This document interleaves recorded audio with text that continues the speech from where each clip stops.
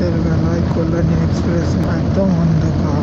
আমরা কলকাতা থেকে ফিরছি এখন, দক্ষিণেশ্বর হয়ে কল্যাণী এক্সপ্রেস হয়ে আমরা ফিরছি। পুরো রাস্তাটাই অন্ধকার, কোথাও আলো লাগাইনি, একটু আলো নেই।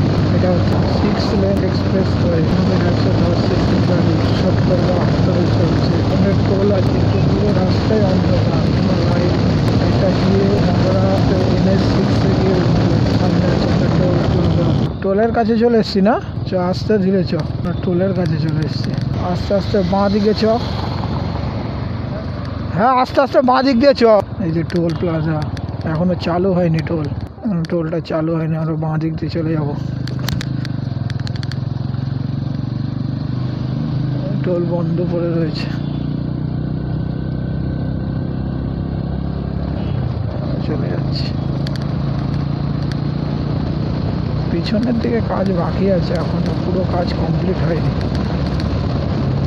কল্যাণীর দিকের পুরো কাজটা মোটামুটি কমপ্লিট হয়ে গেছে।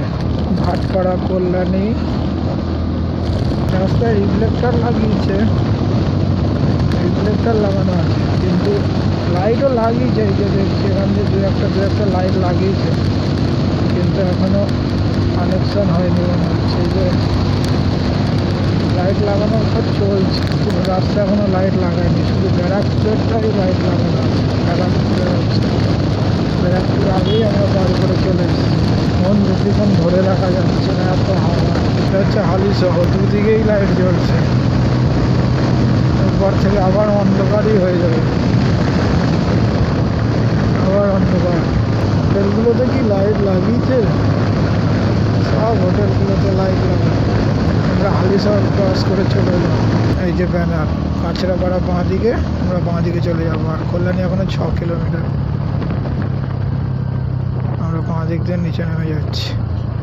ও এই যে কাঁচরাপাড়ার উপর দিয়ে পুরো এই ফ্লাইওভারে পুরো লাইট জ্বলছে রে, এদিকের ফ্লাইওভারটায় পুরো লাইট লাগিয়েছে। আমি চালাবো এবার।